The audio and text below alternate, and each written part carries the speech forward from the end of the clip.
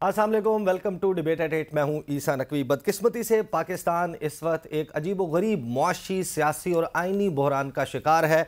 आजकल आप किसी से भी बात करें, मईशत के हवाले से लोगों से बात करें कि वो अपने रोज़मर्रा की ज़िंदगी किस तरीके से गुजार रहे हैं, तो आपको ऐसी ऐसी दास्तानें, ऐसी ऐसी कहानियाँ जो है वो सुनने को मिलती हैं कि बंदा सर पीट कर रह जाए कि हमारे हुक्मरान आखिर उनको होश क्यों नहीं आता। और ये सारा मामला जो मईशत है ये जुड़ी हुई है पाकिस्तान की सियासत और सियासी इस्तेहकाम से। अगर मुल्क में एक स्टेबल पॉलिटिकल सिचुएशन नहीं होगी तो फिर कारोबार क्यों कर होगा, क्यों पाकिस्तान में कोई इन्वेस्टमेंट करेगा, कारोबार ज़िंदगी कैसे चलेगा, हालात कैसे बेहतर होंगे। और इस तमाम मामले की जिम्मेदारी है पाकिस्तान की इस वक्त केयर टेकर हुकूमत पर। अनवारुल हक काकड़ साहब, निगरान वज़ीर आज़म, 18 सितंबर को वो पाकिस्तान से रवाना हुए, न्यूयॉर्क गए। न्यूयॉर्क जाने से पहले उन्होंने पेरिस में जो है वो क़याम किया, पेरिस रुके, उन्होंने एफिल टावर की सैर की, वहाँ से वो न्यूयॉर्क चले गए। न्यूयॉर्क से वापसी पर वो हैरानकुन तौर पर लंदन रुके तकरीबन 3 दिन के लिए, जिसकी बज़ाहिर कोई बड़ी वजह मालूम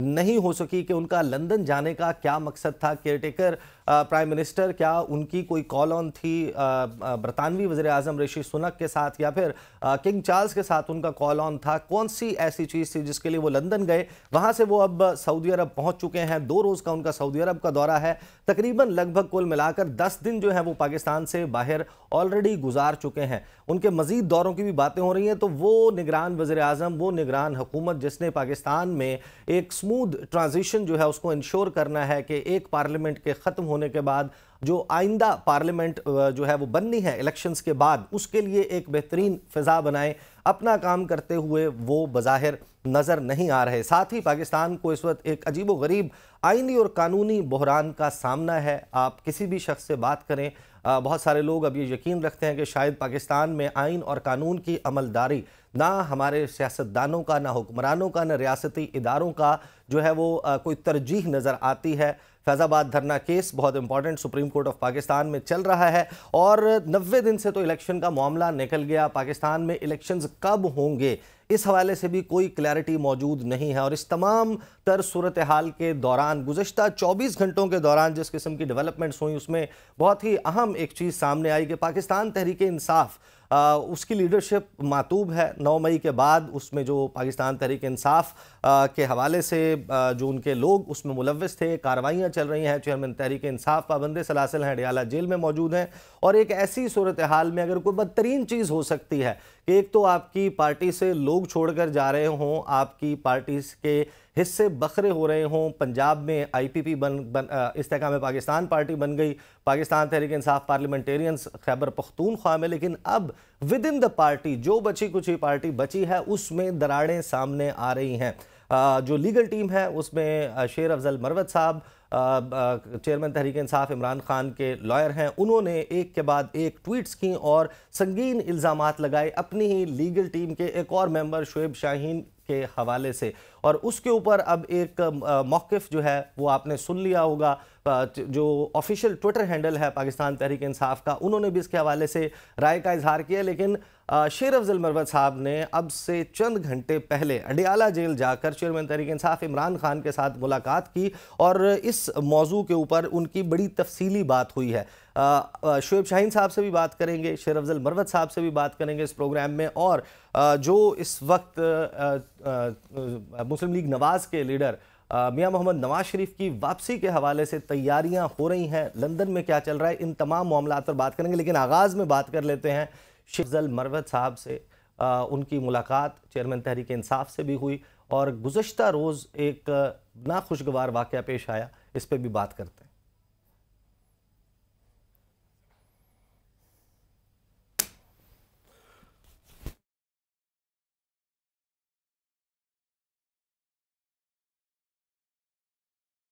इस हवाले से हमें ज्वाइन कर रहे हैं शेर अफजल खान मरवत साहब, वो कानूनी टीम जिसने चेयरमैन तहरीक इंसाफ इमरान खान से अडयाला जेल में मुलाकात की उसका हिस्सा थे। शेर अफजल साहब, अस्सलाम वालेकुम।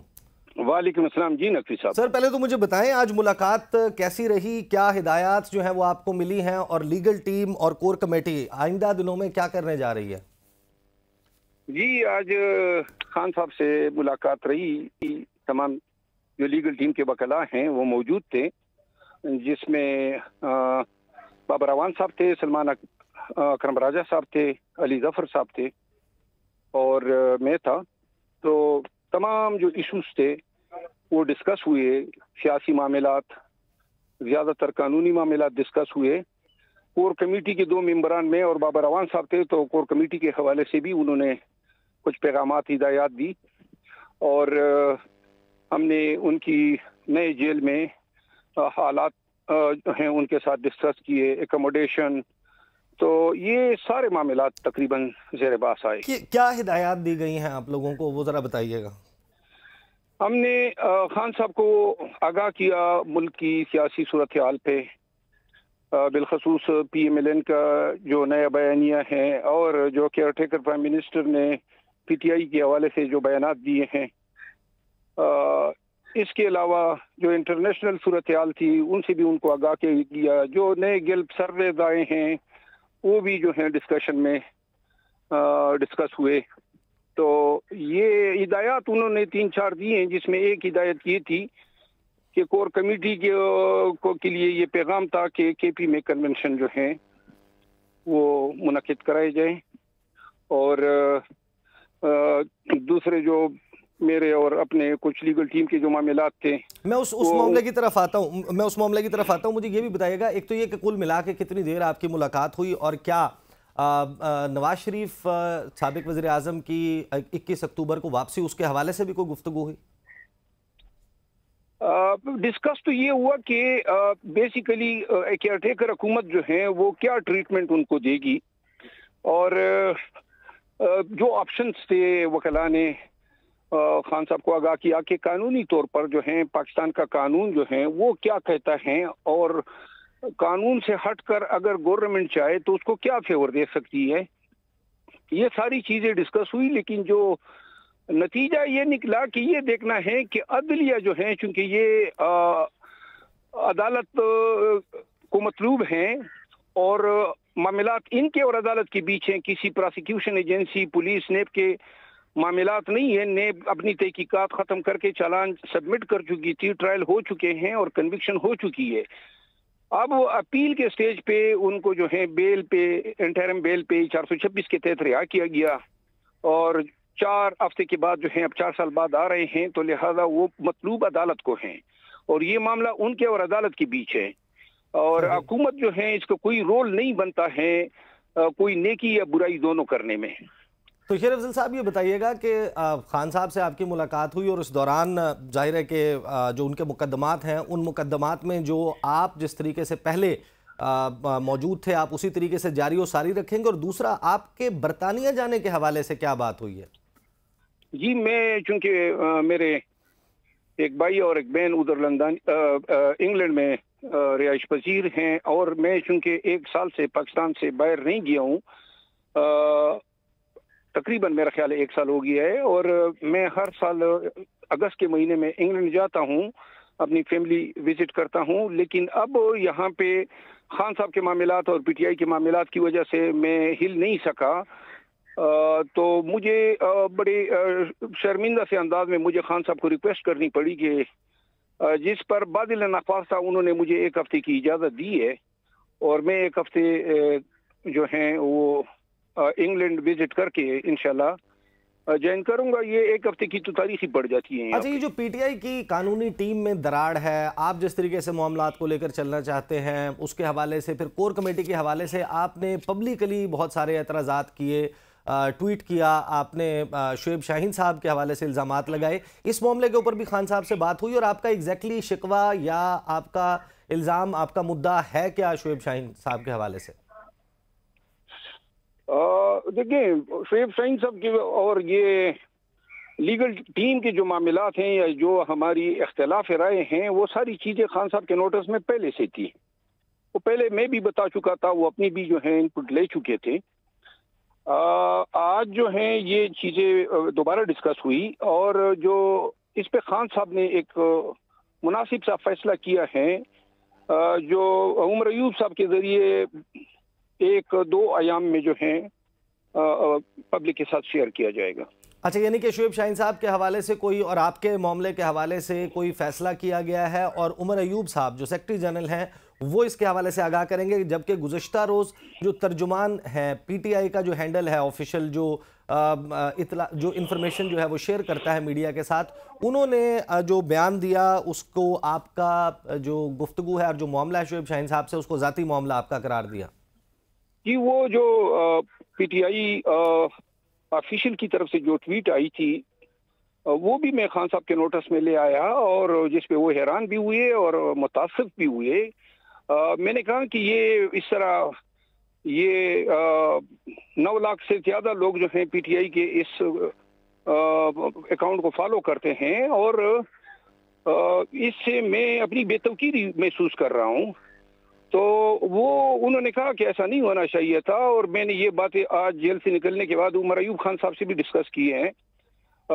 मैंने कल रात ही इस ट्वीट पे अपना जवाब दे दिया था। मैंने उस वक्त भी उस ट्वीट को कंडेम किया था और पाकिस्तान तहरीक इंसाफ के हजारों वर्करों ने जो कमेंट दिए हैं वो मेरे हक में थे। बाकी जो शोएब शाहीन साहब का और मेरा मसला है, वो भी खान साहब ने मुझे कहा है कि इसको मीडिया से आप दूर रखें मजीद, और उमर अयूब साहब के लिए जो है वो मैसेज कल या परसों भिजवाएंगे जिसमें वो मामलात को देखेंगे और इस चीज को प्राप्त करेंगे। लेकिन उमर अयूब साहब ने भी आज मुझे यही कहा कि अब इस इशू को मैं मजीद मीडिया में न उछालूं, तो लिहाजा मैं फर्दर में मेरा इरादा नहीं है कि इस इशू को मैं मजीद मीडिया पे डिस्कस करूं। यानी हम ये समझेंगे अब आपके दरमियान सुलह सफाई हो गई है, या आप अब मसलहतन अपने चेयरमैन के कहने के ऊपर, उनकी हिदायत के ऊपर खामोशी इख्तियार कर लिया आपने? मैं कभी सुलह सफाई ऐसे मामलात पे नहीं कर सकता हूँ, लेकिन चेयरमैन साहब का हुक्म है और पार्टी की डिसिप्लिन है तो मैं तामील करूंगा। आपने अपने एक ट्वीट में ये भी चैलेंज किया कि आप साबित करेंगे कि शोएब शाहीन साहब गद्दार हैं। क्या अभी आप फिलहाल इस चैलेंज को पूरा करेंगे या आपने अभी खामोशी इख्तियार रखनी है? ये उमर अयूब साहब का काम है, मुझे बुलाएंगे, मुझसे एविडेंस तलब करेंगे, तो ये पार्टी का जो है, क्योंकि उन्होंने इस चीज को अब देखना है, तो लिहाजा मैं अब अपने तई डायरेक्ट कोई एविडेंस, कोई बात जो है वो शेयर करने से मुझे बाज रखा गया है। तो इस दौरान आप चेयरमैन तहरीक इंसाफ को उनके मुकदमात में रिप्रेजेंट करते रहेंगे, मीडिया पर उनके बिहाफ पर, पार्टी के बिहाफ पर गुफ्तगू जारी रखेंगे?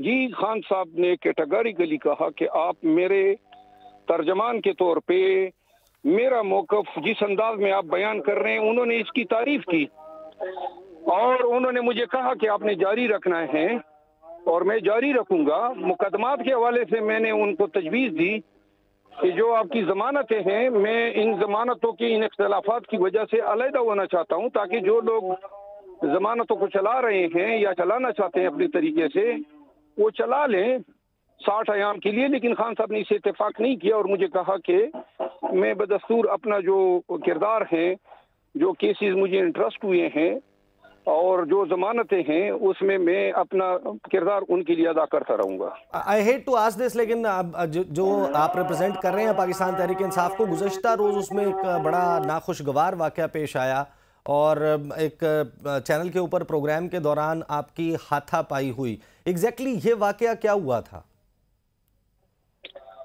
एग्जैक्टली ये वाक़या इसी तरह हुआ जिस तरह मीडिया पे शेयर किया गया। देखिए, ये थोड़े से फासले पर दाएं बाएं मुझे और सेनेटर साहब को बिठाया गया और फिर जो है मियां नवाज शरीफ साहब की आमद के हवाले से और हुकूमती रिस्पांस के हवाले से सवाल किया। जावेद चौधरी साहब ने, जो सेनेटर साहब ने पहले जवाब दिया, लेकिन ज्यादातर उसने सवाल का जवाब देने के बजाय इमरान खान पे कीचड़ उछाला। जब यही सवाल मुझसे पूछा गया तो मैंने नवाज शरीफ की आमद और हुकूमती रिस्पांस के हवाले से अपना मौक़िफ़ दिया, जिसमें मैंने ये अल्फाज इस्तेमाल किए कि वो अदालती भगोड़ा हैं और उसको जो है कानून के मुताबिक हथकड़ियाँ पहनाई जानी चाहिए। कानून का इख्तिराम मुमकिन नहीं है कि इनके लिए कोई नया कानून जो है ईजाद किया जाए। ये अल्फाज शायद जो हैं पाकिस्तान मुस्लिम लीग नून के सेनेटर को पसंद नहीं आए, जिस पर उन्होंने खान साहब के खिलाफ अर्ज़ासराई की, उनको बूट चाटने वाला और यहूदी और यहूदी का बेटा और वगैरह वगैरह अल्फाज इस्तेमाल किए, जिसके बाद ये झगड़ा हुआ। ये मामला तहजीब के दायरे में रहता, आपको नहीं लगता कि तो बेहतर था? कि आपको लगता है कि मामला हाथापाई पे इस नहज के ऊपर नहीं पहुंचना चाहिए था? पहली बात तो ये है कि ये जिम्मेदारी जो है तमाम पार्टिसिपेंट्स पे आई होती है, बशमूल एंकर। जी। दूसरी बात ये है कि जब लोगों की मिजाजों का भी आपको पता हो, फिर इस तरह करीब बिठा के और मेरे लिए तो कोई रास्ता ही नहीं था, क्योंकि वो मेरे बार बार कहने के बावजूद जो है मुसलसल चेयरमैन इमरान खान के खिलाफ जो है नाजेबा गुफ्तगू कर रहे थे, और वो गुफ्तगू ऐसी नहीं थी। मैंने तो नवाज शरीफ साहब के हवाले से कोई ऐसे अल्फाज नहीं कहे थे कि यहूदी या यहूदी का बेटा या बूटचाट, न मैं इतने गिरे हुए अल्फाज इस्तेमाल करता हूँ।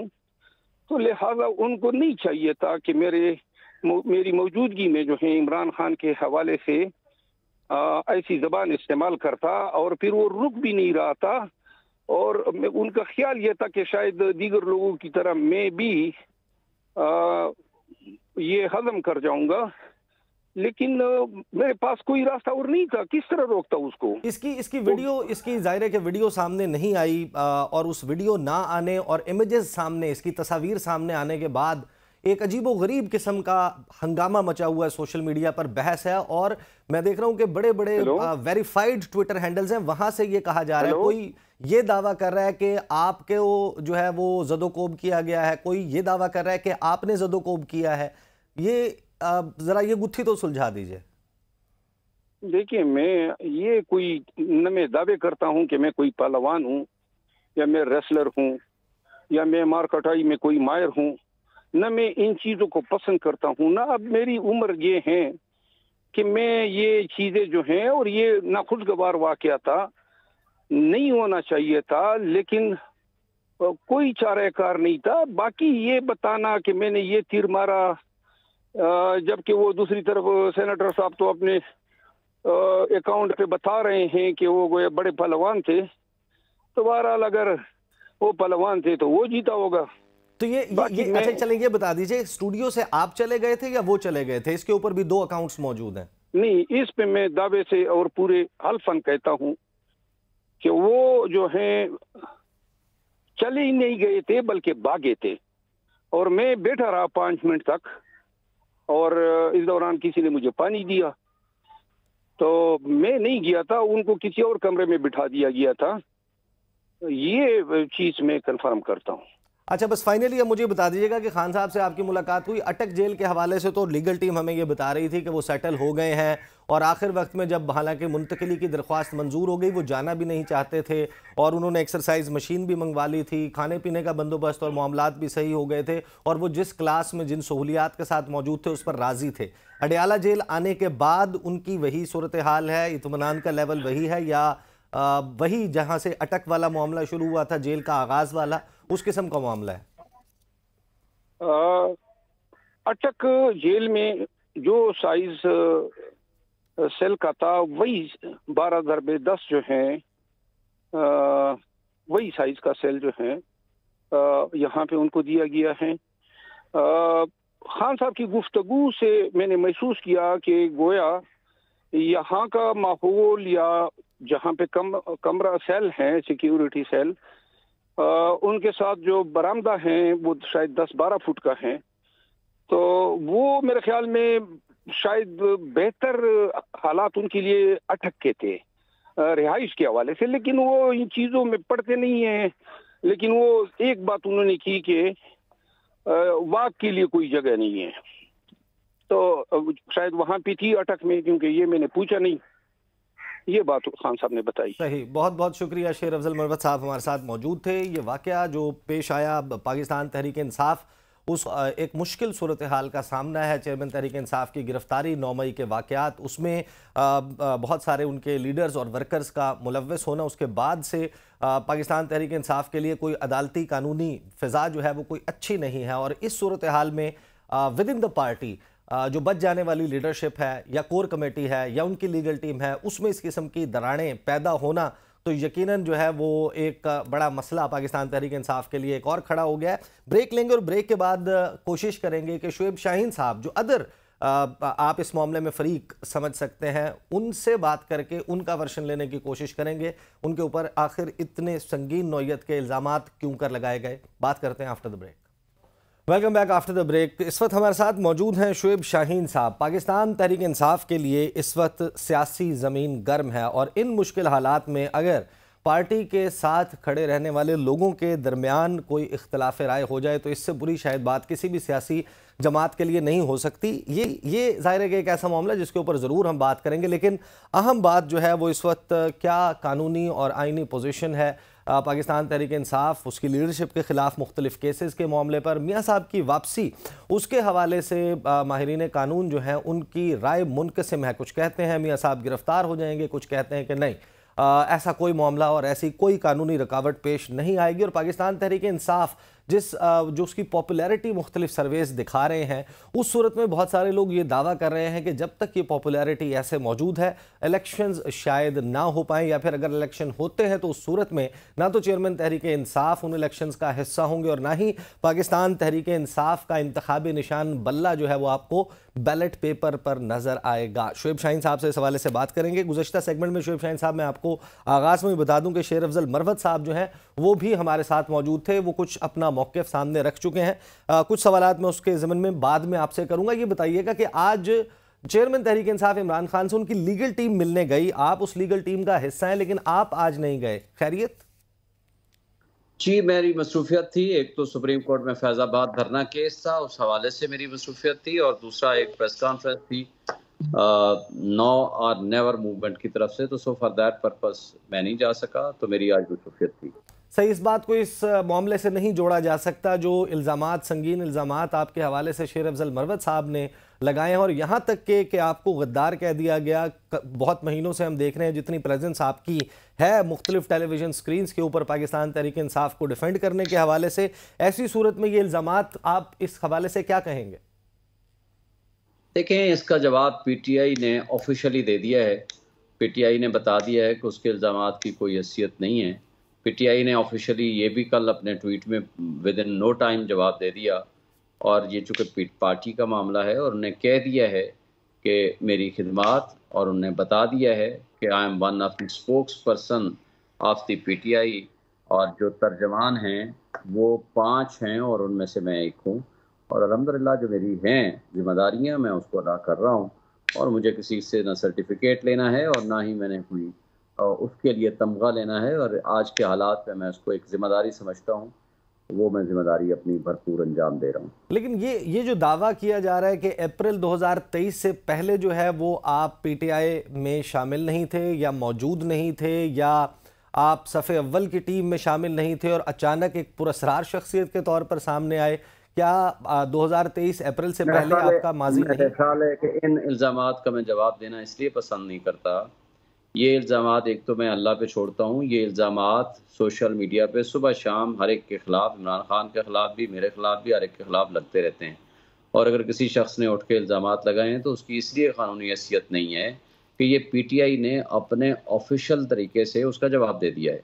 इसलिए मेरे से इल्ज़ामात दर जवाबात और इल्ज़ामात की बात करने की बजाय मेरे से आप कोई ऑफिशियल कोई बात है वो करें। सही, मैं इल्ज़ामात को अल्लाह पे छोड़ता हूँ, और एक बात सिर्फ करके कि ये मैं बहुत बड़ी एक ड्यूटी सर अंजाम दे रहा हूँ, इमरान खान का पैगाम पब्लिक तक पहुँचा रहा हूँ। मैं एक इसको काज और एक बहुत बड़ी एक मकसद समझ के मैं अपनी ड्यूटी कर रहा हूँ, तो इसलिए मैं इन छोटी छोटी रुकावटों के पीछे अगर मैं अपना वक्त ज़ाया करूँगा तो मैं समझूंगा कि ये मैं अपनी जिम्मेदारी से प्रॉपरली निब्रत आजमा नहीं हो रहा हूँ। अच्छा, दीगर मौजू पे मेरा सिर्फ इतना जवाब आप तसव्वुर करें। अगले मौजू पर जाने से पहले इस ज़मन में मैं सिर्फ एक चीज़ आपसे पूछना चाहता हूँ, क्योंकि ये भी बताया गया है कि पाकिस्तान तहरीक इंसाफ के सेक्रेटरी जनरल उमर अयूब साहब जो हैं वो अब इस मामले में इंटरवीन करने लगे हैं, और पब्लिकली शेर अफजल मरवत साहब को भी इस मामले पर बात करने से मना कर दिया गया है। उन्होंने ये कहा कि मैं चैलेंज के ऊपर अपने कायम हूँ, लेकिन मैं अब इसके ऊपर पब्लिक डोमेन में बात नहीं करूँगा, जो बात होगी वो पार्टी के मुतल्लिका फोरम पर होगी। क्या यही मामला, यही मैसेज आपको भी कन्वे किया गया है? नहीं, मेरे साथ कोई बात नहीं हुई। मेरे साथ ऑफ़िशियली कल जवाब आ गया था, मेरे साथ अभी तक बात नहीं हुई। मेरा ख़्याल है कि मैं तो पहले भी नहीं कर रहा था इस मौज़ू पे बात, ना अभी करना चाहता हूँ और वो ऑफ़िशियली मीडिया ने उसने पीटीआई ने जवाब दे दिया है। Let the party should decide, party ने डिसाइड कर दिया है, इसलिए मुझे नहीं इसलिए मैंने तो ना कल बात की, ना आज की। मैं समझता हूँ कि ये पार्टी का मामला है और पार्टी ने बात कर ली। सही, अब इसमें ब्रॉडर मामले के ऊपर आ जाते हैं कि जो चेयरमैन तहरीक इंसाफ के खिलाफ मुकदमात हैं या जो पार्टी के मुमकिन तौर पर बैन हो जाने के हवाले से दावे हैं, शकूक मौजूद हैं, शुबहात मौजूद हैं, आप लीगल टीम का मेंबर होने की हैसियत से इस वक्त किस पोजीशन में हैं कि आपके जो केसेस हैं वो किस नहज पर हैं, कब तक फैसले हो जाएंगे? क्या चेयरमैन तहरीक इंसाफ की रिहाई का, उनकी ज़मानत का कोई इम्कान है? और इलेक्शंस में पाकिस्तान तहरीक इंसाफ हिस्सा ले पाएगी या नहीं बहैसियत जमात? देखें, बहैसियत जमात तो इलेक्शन कमीशन की तरफ से सिंबल जारी हो चुका है, तो इसलिए ये कहना कि बहैसियत जमात शामिल नहीं होगी, मेरा नहीं ख्याल कि क्या वो रीज़न्स हैं कि बहैसियत जमात को वो कोई बैन तो नहीं है ना, पार्टी है और उसको सिंबल जारी हो चुका है। मेरा नहीं ख्याल कि किसी को ये शक व शुबा होना चाहिए, इसलिए सिंबल भी होगा, बल्ला भी होगा और हम पार्टी बतौर पार्टी शिरकत भी करेंगे और इलेक्शन में शामिल भी होंगे। जहाँ तक इस बात का ताल्लुक है कि क्या किस तरह के आईनी और कानूनी मुकदमात का सामना करना पड़ रहा है या पड़ सकता है, वो तो हो रहे हैं। देखिए, इमरान खान को उठाया गया एक गलत मुकदमे में जिसको सभी ने कहा कि ये इलीगल एंड अनकॉन्स्टिट्यूशनल मुकदमा था। एक तरफा फैसला हुआ, हक के दिफा नहीं दिया गया, हमारे गवाहान नहीं आने दिए गए और जज साहब ने जिसके पास ये केस था उन्होंने पहले दिन कहा कि ये तो इलीगल फैसला है, इसको 4 दिन में मैं फैसला कर दूंगा और 4 दिन में तो फैसला दूर की बात है, उन्होंने 25 दिन लगा दिए और उसके बाद साइफर का मुकदमा दाखिल हो गया, दर्ज हो गया। हालांकि साइफर का मुकदमा दर्ज किया जाना इटसेल्फ ये बदतरीन गुलामी की एक मिसाल है कि जिस बंदे ने एक मुल्क की सलामती और खुद मुख्तारी का दिफा किया उसको तो आपने गद्दार या आपने मुल्जिम डिक्लेयर कर दिया और जिन लोगों ने गद्दारी अपने तौख में डाल के गुलामी कबूल करके इक़्तिदार ले लिया वो मुद्दई और मुनसिफ ठहरे। तो मैं समझता हूँ कि ये तो एक ज़्यादती है और फिर अनडेटेड एक रोपकार भेज दी गई और उस मुकदमे में आज तक 1 महीना हो गया है, वो काबिल ज़मानत जुर्म है। वो ज़मानत पहले 6 तारीखें उन्होंने डाल दी नीचे वाली अदालत ने और अब चीफ जस्टिस साहब के पास था मंडे को, वो भी किसी हीले बहाने से वो इंडेफिनिट पीरियड के लिए एडजर्न हो गया, प्रॉबेबली ये 2 तारीख को आएगा। तो ये काबिल ज़मानत जुर्म है जिसकी मैक्सिमम सज़ा ही 2 साल है। ये महीना पहले फैसला हो जाना चाहिए था जिसको डिले किया गया है।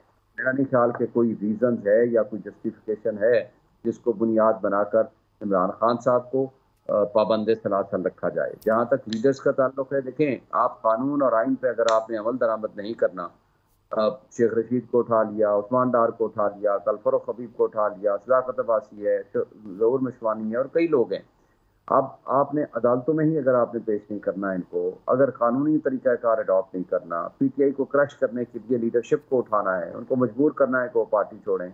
अदालतें ये कहने पे मजबूर हो गई हैं कि जनाब जब तक आप प्रेस कॉन्फ्रेंस नहीं करेंगे तब तक आप बाहर नहीं आ सकते। 15-15 दफ़ा ज़मानतें हो गई, परवेज़ इलाही जेल में अभी तक पड़ा हुआ है। अगर ये तर्ज अमल होगा तो बहरहाल इस इलेक्शन की शफाफियत पे कौन यकीन करेगा। सर, वो 15-15 वो जो जमानतों के बावजूद रिहाई ना होना है, उसी की वजह से गैलप सर्वे में वो तीसरे नंबर पे पाकिस्तान में सबसे पॉपुलर लीडर हैं। उस सर्वे के मुताबिक कम अज़ कम जो है उनकी मकबूलियत मियां मोहम्मद नवाज शरीफ से भी ज़्यादा है। तो आपका एक तरह से फ़ायदा भी हुआ है जमात का। देखें, फ़ायदा नुकसान से ज़्यादा इस वक्त पीटीआई बहरहाल एक मकबूल तरीन जमात है। इसमें तो तमाम गैलप सर्वे हों, कोई पब्लिक ओपिनियंस हों, खा कोई भी हमारा मुखालिफ भी क्यों ना हो, वो सब इसको मानते हैं। लेकिन क्वेश्चन यहाँ ये आता है कि इसको मानने के बावजूद यही वजह है कि वो इलेक्शन नहीं करा रहे। कहते हैं कि मकबूलियत जो है वो कबूलियत का के साथ मशरूत होगी। तो अगर ये चीज़ें आ जाएंगी तो अवाम के फैसले फिर किधर गए? आइन किधर गया? कानून किधर गया? हम तो सिर्फ एक बात करते हैं कि इस मुल्क पे रहम खाएं। एक शख्स की दुश्मनी में आप इतना ना आगे चले जाएं कि आपने 25 करोड़ आवाम को तबाही के दहाने पे पहुंचा दिया। आज अगर उसको फ्री एंड फेयर इलेक्शन के ज़रिए अपना राइट ऑफ वोट नहीं देना तो फिर ये इसका नुकसान न सिर्फ 25 करोड़ आवाम को होगा बल्कि मुल्क की इकाइयों को होगा, मुल्क की नेशनल सिक्योरिटी को होगा और इसका नुकसान हम आइंदा पता नहीं कई सालों तक भुगतना पड़ेगा। तो शुएब शाहीन साहब, ये जो आप मकबूलियत और कबूलियत की बात कर रहे हैं कि मकबूल होना मैटर नहीं करता, कबूलियत होना मैटर करता है, तो इस वक्त जो सियासी मंजरनामा है, इस पर जो मुख्तलिफ पॉलिटिकल प्लेयर्स मौजूद हैं, इसमें आपको क्या नज़र आ रहा है कि किस पॉलिटिकल प्लेयर की इस वक्त कबूलियत है, मकबूल चाहे वो हो या ना हो? देखिए, इमरान खान और पीटीआई के अलावा सब कबूलियत रखते हैं, लेकिन मसला ये है कि पब्लिक उनको कबूल करने को तैयार नहीं है। पब्लिक की जो नफरत है वो उनके खिलाफ है। अब पब्लिक की नफरत आप जितना चाहें, जो चाहें कर लें, वो लोगों ने उनको नहीं आने देना। तो दैट इज द रीजन के इलेक्शन का अल्तवा किया जा रहा है। अगर इनको यकीन होता तो ये 60 दिन में इलेक्शन करा देते। क्यों भाग रहे हैं इलेक्शन से? वो यही सर्वे हैं, वो यही वजह है, वो यही अवाम की नफरत है जो इन्होंने 16 महीनों में मुल्क के साथ किया, जो इन्होंने 16 महीनों में इस मुल्क में महंगाई, बेरोजगारी, गुर्बत और तबाही मचाई है, और जो करप्शन की है, और जो पिछले करप्शन के केसेस अपने ख़त्म कराए हैं, वो सारी चीज़ें पब्लिक और अवाम के सामने हैं। और इनके पास ना बयानिया है, ना क्रेडिबिलिटी है। तो यानी आप ये समझते हैं कि क्योंकि कबूलियत है, लिहाजा आप नहीं समझते कि तोशा खाना केस में जिस नुकात की बुनियाद पर चेयरमैन तहरीक इंसाफ को सज़ा सुनाई गई, अब वो एक सॉर्ट ऑफ डेमोक्रेसी नहीं है। वो बाकी सियासतदान जिन्होंने कभी ना कभी अपने टेन्योर्स में तोशा खाना से कुछ लिया और उसकी सबमिशन उस तरीके से नहीं की अपने रिटर्न्स में, आपको नहीं लगता कि वो भी खतरे में है जिस तरीके से चेयरमैन तहरीक इंसाफ को सज़ा सुनाई गई? देखिए, ना सिर्फ ये कि वो खतरे में हैं, बल्कि उससे ज़्यादा इन्होंने तो कोई जुर्म नहीं किया। अब इल्ज़ाम क्या है कि जी आपने सब कुछ ठीक लिखा है, वो जहाँ फिगर्स लिखे हैं उसके आगे आपने टेक्स्ट के पास तो लिखा है तोशा खाना लफ्ज़, इधर तोशा खाना का एक लफ्ज़ लिखना आपने नहीं लिखा। हालांकि ये ज़रूरत नहीं थी, इसलिए कि यहाँ आपने टोटल एसेट्स बताने होते हैं, वहाँ लायबिलिटीज़ एंड एसेट्स दोनों बताने होते हैं, एक्सपेंसेस आपको सारी तफसील देनी होती है। लेकिन क्वेश्चन यहाँ ये है कि जुर्म किसने किया है? जो कानून के मुताबिक कोई चीज़ लेना, आप उसको रखें, उसको बेचें, उसको ज़ाय करें, ये आपकी प्रॉपर्टी है। कानून के मुताबिक आप गाड़ियाँ नहीं ले सकते। कानून के मुताबिक आपको उनको डिक्लेयर करना है, जो कि हमने किया, उन लोगों ने नहीं किया। कानून के मुताबिक जो मरियम नवाज ने गाड़ी ली, नवाज शरीफ ने ली, आसिफ जरदारी ने ली, यूसुफजई गिलानी ने ली, वो जुर्म है जो कि आप रिस्टोर हो गए हैं वो मुकदमे। लेकिन यहाँ अफसोस की बात यह है कि जो मुजरिम हैं वो मुद्दाई बन गए हैं कि जी तोशा खाना का केस इनके ऊपर डाल दिया जाए। तो यूसुफ रजा गिलानी के, आसिफ अली जरदारी के, इनके हवाले से तो अब खबरें आ रही हैं कि उनका केसेस जो है उनके ऊपर, उनमें कोई तलबी जो है वो भी हो गई है, लेकिन मियां मोहम्मद नवाज शरीफ के हवाले से ऐसा कुछ नहीं है।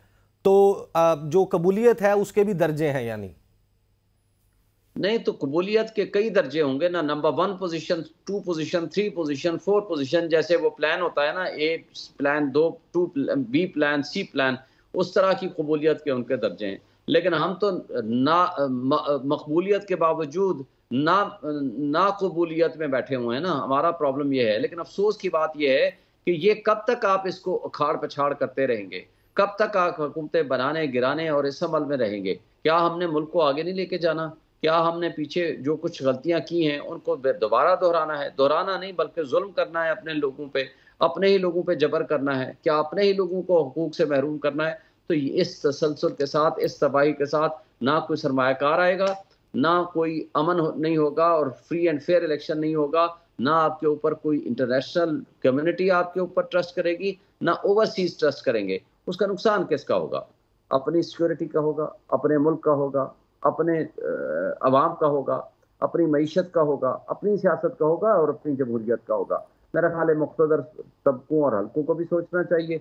और हमारी जो सो कार्ड जमहूरी ताकतें हैं, कोई फ़र्क नहीं पड़ता अगर इस दफ़ा आप इलेक्शन में नहीं आ सकते, तो जिसको अवाम चाहती है उसको आने दे और आप अपना रोल पॉजिटिव अदा करें। और अगर ये नेगेटिविटी रहेगी तो उसका नुकसान मुल्क को होगा। तो शुएब शाहीन साहब, अब मियां मोहम्मद नवाज शरीफ की वापसी के लिए इस्तकबालिया कैंप लगाए जा रहे हैं, कन्वेंशंस किए जा रहे हैं, जलसे किए जा रहे हैं। एक तो ये आप लेवल प्लेइंग फील्ड के ऊपर ज़रा थोड़ी सी रोशनी डालें, दूसरा ये भी बताएं कि अब जो जिस तरीके से इस्तकबाल की तैयारियां हो रही हैं, इसका मतलब तो यह है कि नून लीग एब्सोल्युटली क्लियर है इस हवाले से कि बिल्कुल कोई मसला नहीं होगा मियां साहब की वापसी पर, ना उन्हें गिरफ्तार किया जाएगा। हालांकि निगरान हुकूमत की कन्फ्लिक्टिंग स्टेटमेंट्स इस हवाले से आई।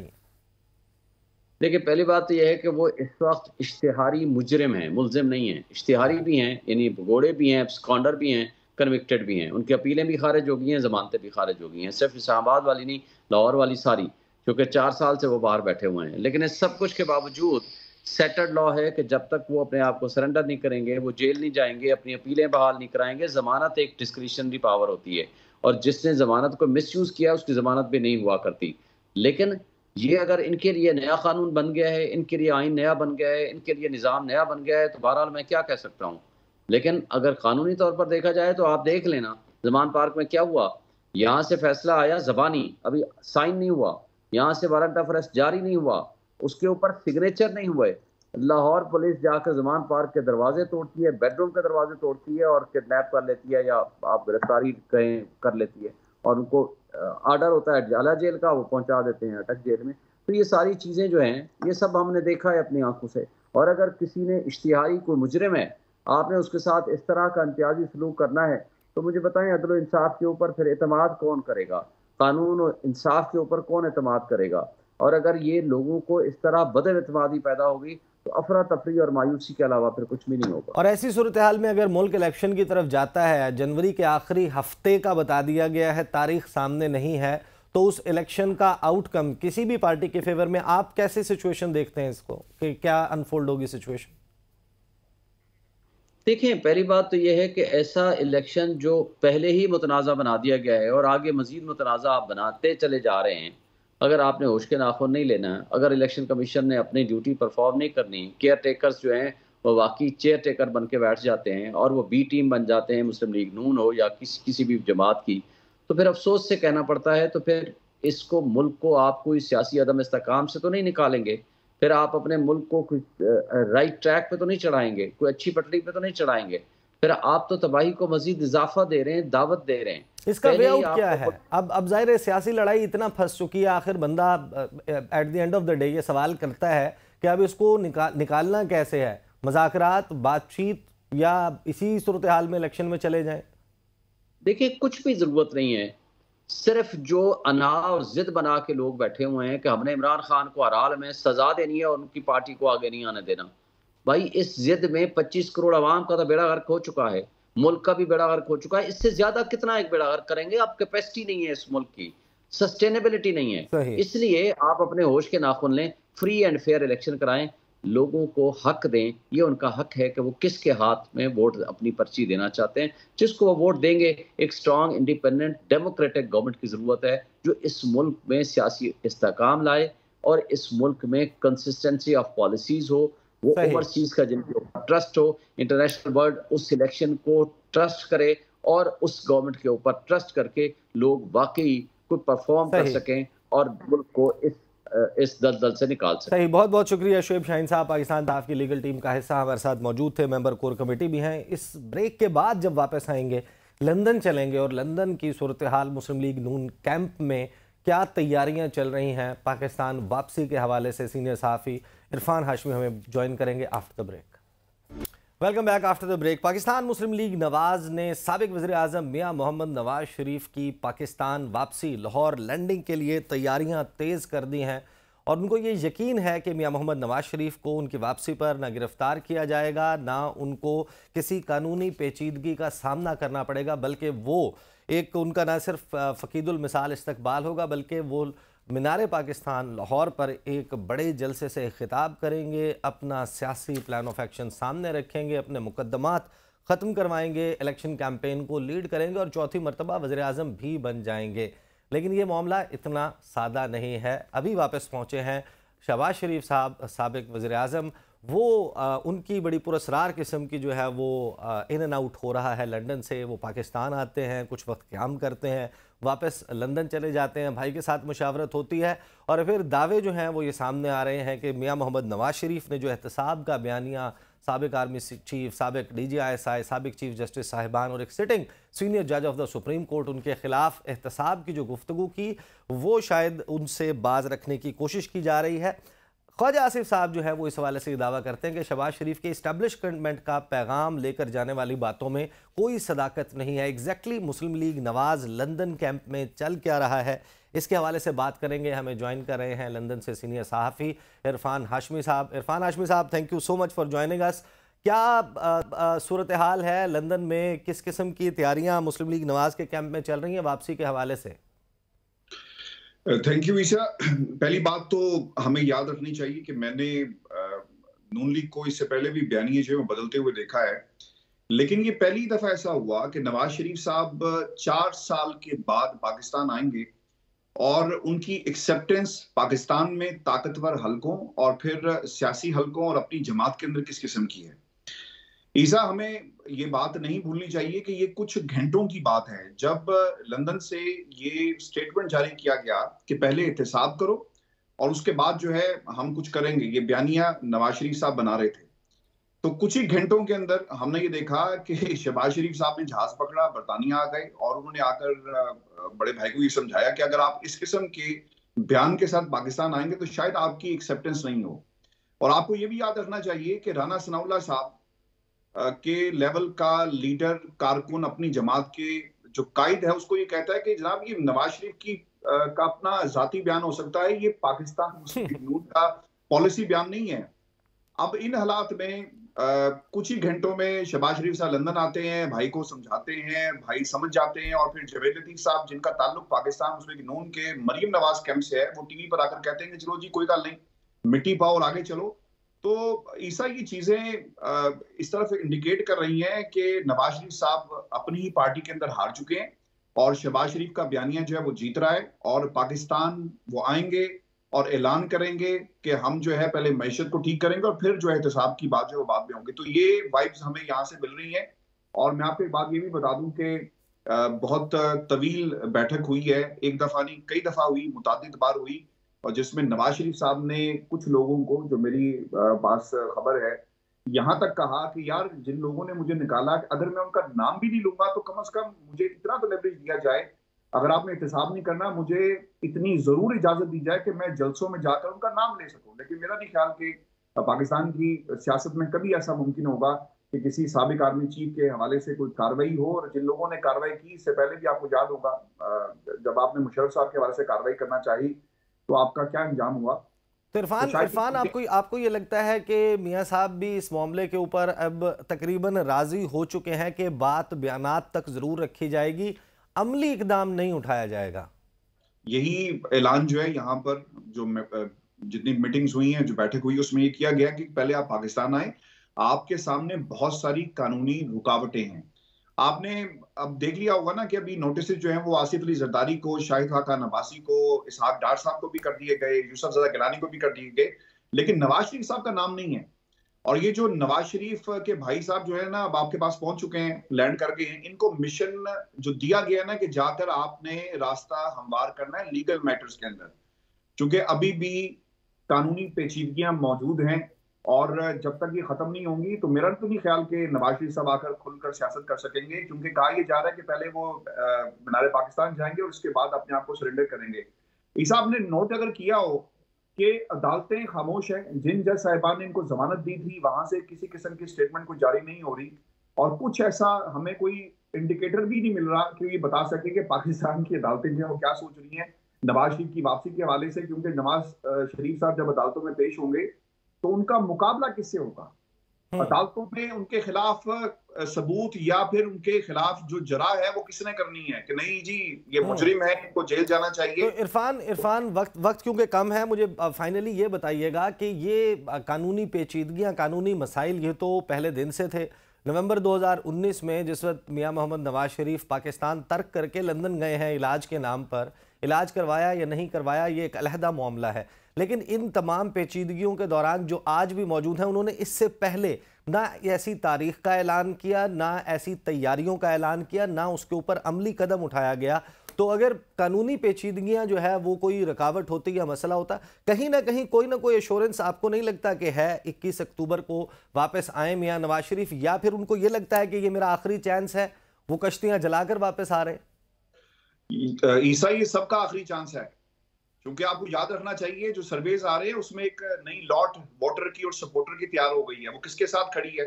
नवाज शरीफ साहब आज भी 2017 में जी रहे हैं, और जो बच्चा 2017 में 14-15 साल का था वो आज 20-21 साल का हो गया है। आज 2017 की सियासत जो है वो नहीं चलेगी। नवाज शरीफ साहब को अब ये मालूम हो चुका है कि अगर उन्होंने इस कम बैक करना है तो पहले उन्हें अपने बयानी से यू टर्न लेना होगा, और उन्होंने ले लिया। लेकिन आपकी बात मैं ये आगे जरूर बढ़ाऊंगा कि इससे पहले हमने यहाँ से ऐलान होते तारीखों का कम से कम सेकंड टियर से सुना, बाकी लोगों से सुना शहबाज शरीफ साहब से नहीं सुना था और तैयारियां इस तरह नहीं हो रही थी। लेकिन अब ये ऐलान किया गया है, दो चीजें होंगी, नवाज शरीफ साहब पाकिस्तान की सियासत में कम बैक करेंगे या डील के जरिए, या फिर वो एडवेंचर करेंगे। एडवेंचर कर रहे हैं। बहुत बहुत शुक्रिया इरफान हाशमी साहब, आपने हमें लंदन से। सूरत हाल जाहिर है कि एक बड़ी कम्प्लेक्स किस्म की क्रिएट हो गई है, ख़ासतौर पर मुस्लिम लीग नवाज़ के हवाले से ये बहुत ही ट्रिकी मामला होगा। मियां मोहम्मद नवाज शरीफ की पाकिस्तान से जाने के बाद उस तमाम अरसे के दौरान जो इलेक्शन कमीशन ऑफ पाकिस्तान है उसके डाटा के मुताबिक लगभग 2 करोड़ 10 लाख नए वोटर्स जो हैं वो शामिल हो चुके हैं, और एक अपहिल टास्क होगा मुस्लिम लीग नून की क़यादत के लिए, मियां मोहम्मद नवाज शरीफ के लिए, कि वो वापस आएँ और इस नए वोटर के साथ कनेक्ट करें। उसके लिए वो कौन सा बयानिया जो है इस्तेमाल करेंगे, लेकर आएंगे। अगर वो कन्फ्रंटेशन नहीं करते 2017 के, जिनको वो अपने मुल्ज़िमान या मुजरिमान समझते हैं, उनका नाम नहीं लेते, तो फिर ये वोटर किस तरीके से उनके साथ कनेक्ट करेगा। एक ऐसा वक्त जब गैलप जो है उसके सर्वे जो पॉपुलैरिटी बता रहा है इदारों में, वो पाकिस्तान की मिलिट्री के हवाले से सबसे ज़्यादा एक्सेप्टेंस और पॉजिटिव जज्बा तकरीबन 88% बता रहे हैं, लेकिन जब पॉलिटिशियंस की बात होती है तो उसमें जो नंबर्स हैं वो बड़े परेशान कुन हैं, ख़ास तौर पर मुस्लिम लीग नवाज़ के लिए, कि एक तरफ चेयरमैन तहरीक इंसाफ इमरान खान, उनकी मकबूलियत 60% बताई जा रही है, तो दूसरी तरफ मियां मोहम्मद नवाज शरीफ जो हैं उनकी मकबूलियत परवेज़ इलाही से भी कम जो है, और खादिम साद रिजवी जो हैं उनसे भी कम बताई जा रही है। तो ये वो सिचुएशन है जिसमें मियां मोहम्मद नवाज शरीफ की पाकिस्तान आमद भी आप देखेंगे, और इसके हवाले से दीगर डेवलपमेंट्स भी। अब तक के लिए इतना ही, मुझे इजाज़त दीजिए। अल्लाह हाफ़िज़।